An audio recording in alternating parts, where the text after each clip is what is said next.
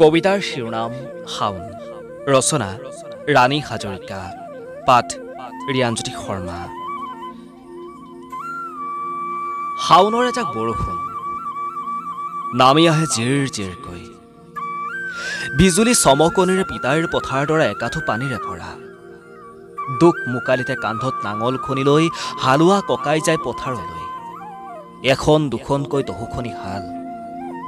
আয়ে গামোচাত বান্ধিনি হালোৱাক খুৱাই বৰা ভাত এসাঁজ, হাঁহে বাঁহে পকা কঁঠালৰ সোৱাদ দিলে, হাঁচতিত নিলে গুৱা পাণ। ফুই ৰুই ৰোৱনীয়ে ৰং কৰে, জাউৰী নিচিঙা হাঁহি, দুহাতেৰে কঠীয়া বুলনি। তাহানিৰ সেই পথাৰৰ স্মৃতি সাধু কথা হ'ল আজি। সময়ৰ সতে সকলো সলনি হ'ল, নহ'ল সলনি মোৰ শৈশৱৰ সেই পথাৰখন। সলনি নহ'ল আৰু শাওন, শাওনে আজিও আনি দিয়ে আশা আৰু সঁচা প্ৰতিশ্ৰুতি জীৱনৰ। মুখল ধাৰে অহা এজাক বৃষ্টিয়ে বোৱাই নিয়ে শত শতজনৰ বুকুৱেদি এখনি জীয়া নদী। ধন্যবাদ।